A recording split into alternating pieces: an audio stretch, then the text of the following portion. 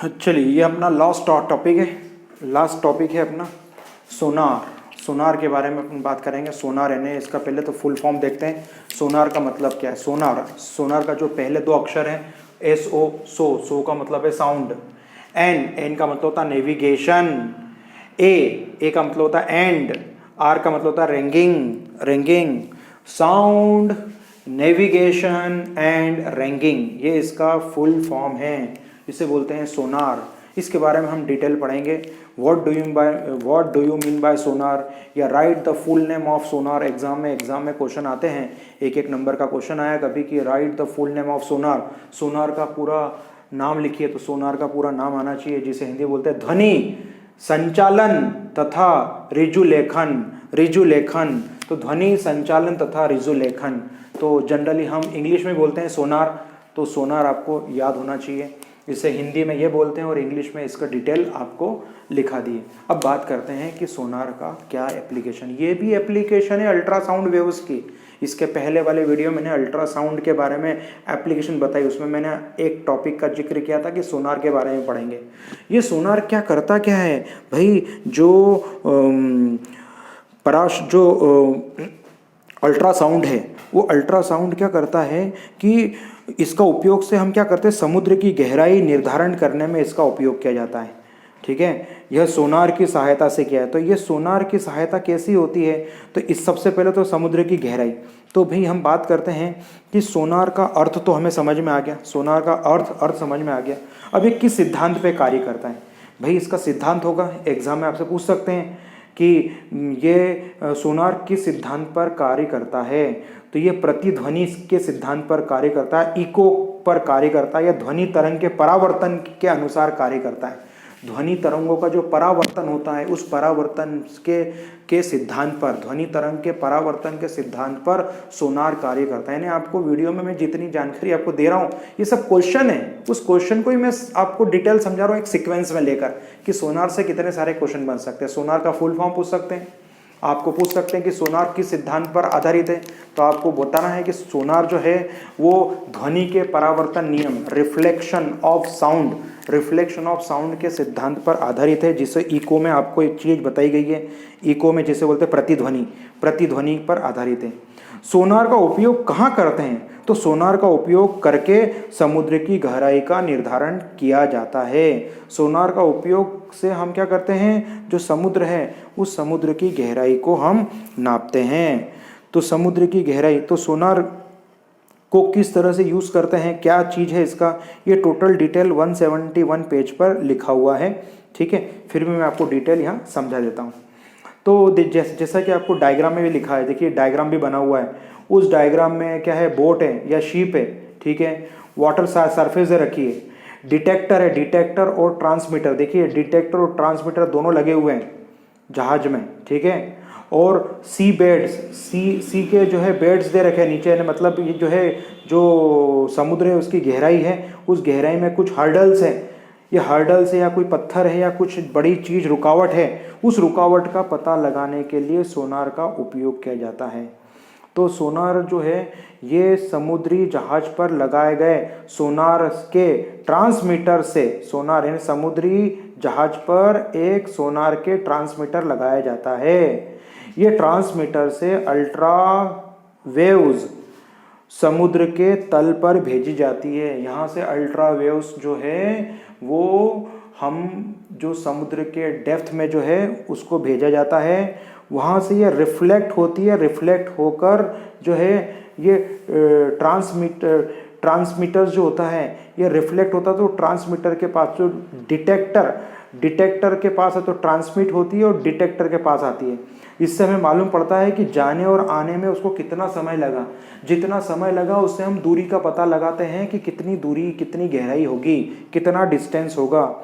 तो सोनार में जो रिसीवर होता है, ठीक है, एक ट्रांसमीटर होता है और एक रिसीवर होता है। रिसीवर यानी डिटेक्टर समझ लो, तो ट्रांसमिट होती है, तो सोनार से हम अल्ट्रासाउंड वेव्स को ट्रांसमिट करते हैं। ये ट्रांसमिट होती है जो समुद्र के तल पर जो है, जो हर्डल्स हैं, जो बाधाएं हैं, वहाँ से टकरा कर लौटती है, लौट कर जो है रिसीवर के पास आती है। तो रिसीवर के पास आती है तो रिसीवर तो ट्रांसमिट होने के बाद जब रिसीवर के पास आती है तो इससे ये हमें मालूम पड़ जाता है कि कितनी दूरी पर, कितने टाइम में, उस टाइम से हम दूरी भी निकाल सकते हैं। Speed is equal to distance upon time से हम उसकी जो है दूरी का पता भी लगा सकते हैं, उसकी गहराई का पता भी लगा सकते हैं। तो ये सोनार के ऊपर क्वेश्चन एग्जाम में पूछा जाता है। The transmitter produce and transmit ultrasonic waves. These waves travel through the water and after striking the object on the seabed यानी तल, समुद्री तल, get reflected back and are sensed by the detector। जैसे ही reflect back होती है तो sensors, जो sensor होता है, जो रिफ्लेक्टर होता है, उसमें उसको डिटेक्ट कर लेती है। तो जो रिसीवर होता है, रिसीवर या डिटेक्टर का मतलब एक ही होता है। The detector converts the ultrasonic waves into electrical signal. तो ये डिटेक्टर क्या करता है, वो अल्ट्रासोनिक वेव्स को इलेक्ट्रिकल सिग्नल में कन्वर्ट कर देता है, विच आर एप्रोप्रिएटली इंटरप्रिटेड, जिससे हम इससे व्याख्या कर सकते हैं, इसकी डिटेल में जानकारी हम प्राप्त कर सकते हैं। The distance of object and reflected the sound waves can be calculated by knowing the speed of the sound in water। तो वाटर की जो साउंड की जो स्पीड है, उस स्पीड से हम इसका डिस्टेंस फाइंड आउट कर सकते हैं। Speed is equal to distance upon time से हम जो है इसकी जो दूरी का पता लगा सकते हैं। तो इस तरह से ये जो मेथड है, the above method is called echo ranging. The sonar technique is used to determine the depth of the sea and locate underwater hills, valleys, submarines, icebergs and sunken ships etc। यानी इन सब चीज़ों का हम इस सोनार से पता लगा सकते हैं। तो वेरी वेरी इम्पोर्टेंट। तो इस तरह से ये चैप्टर अपना क्लोज हो चुका है। आखिरी टॉपिक है जो आपको सेल्फ पढ़ना है, वो है स्ट्रक्चर ऑफ ह्यूमन ईयर, मानव के कान की संरचना। मानव के कान की संरचना ये बायोलॉजी का चैप्टर है, बायोलॉजी का पोर्शन है, इसे आप खुद पढ़ेंगे। सिंपल चीज़ है, केवल मैकेनिज्म पढ़ना है, उसका डायग्राम बनाना है आपको, उसके लेबलिंग करना है। तो एग्ज़ाम में केवल डायग्राम और उसकी लेबलिंग पूछी जा सकती है कि मानव जो कान है उसका स्ट्रक्चर बनाइए, नामांकित चित्र बनाइए। तो चित्र की आप प्रैक्टिस करेंगे। तो आज ये अपना साउंड का चैप्टर कंप्लीट हो चुका है। अब साउंड चैप्टर के बाद में हम अगले वीडियो में रिवीजन स्टार्ट करेंगे। अपने चैप्टर 5 कंप्लीट हो गए। चैप्टर नंबर 8, 9, 10, 11 और 12, ये 5 चैप्टर हैं फिजिक्स के। तो आज फिजिक्स का अपना कोर्स कंप्लीट हो चुका है। अब हम इसका रिवीजन करेंगे। हाफ ईयरली एग्ज़ाम के बाद में आपको रिवीजन के लिए जो वीडियोस बनाए हैं उस वीडियोस को वापस से सेंड किया जाएगा। जो पहले वीडियोस दिए थे आपको 8, 9, 10, 11, 12 के, तो उसी वीडियोस का वापस से रिवीजन कराया जाएगा आपको। तो डिटेल आपको समझाने की कोशिश की है। अब बच्चों आप लोगों को समझ में आ चुका होगा।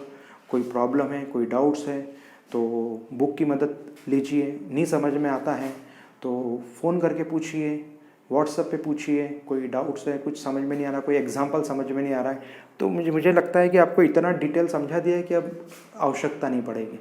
अगर आपको एक एक चीज़ मैंने आपको हिंट भी दे दी कि किस में से 4 नंबर का क्वेश्चन बनता है, कैसे ऑब्जेक्टिव आते हैं ना, मैंने जो आपको वर्कशीट भेजूंगा, उस वर्कशीट जो देने वाला हूँ मैं आपको, उस वर्कशीट के क्वेश्चन के आंसर मैंने पूरे लेक्चर में बता दिया आपको। जो बच्चे ध्यान से मेरा लेक्चर सुनेंगे, पढ़ेंगे, तो उनको इस चैप्टर के एंड में जो वर्कशीट भेजी जाएगी उसके आंसर उनको बहुत इजीली आ जाएंगे कि वर्कशीट वाली जानकारी इसी से मिल गई। हर चीज़ आपको बता दी, सब चीज़ का जो भी है। अभी 20-25 क्वेश्चन की जो वर्कशीट आएगी तो उससे आपको आंसर देने में आसानी होगी। तो ये वीडियोस को आप 2-2, 3-3, 4-4 बार प्रैक्टिस करिए, देखिए और रिवीजन करिए। कोई डाउट्स हो तो पूछ सकते हैं। Thank you very much.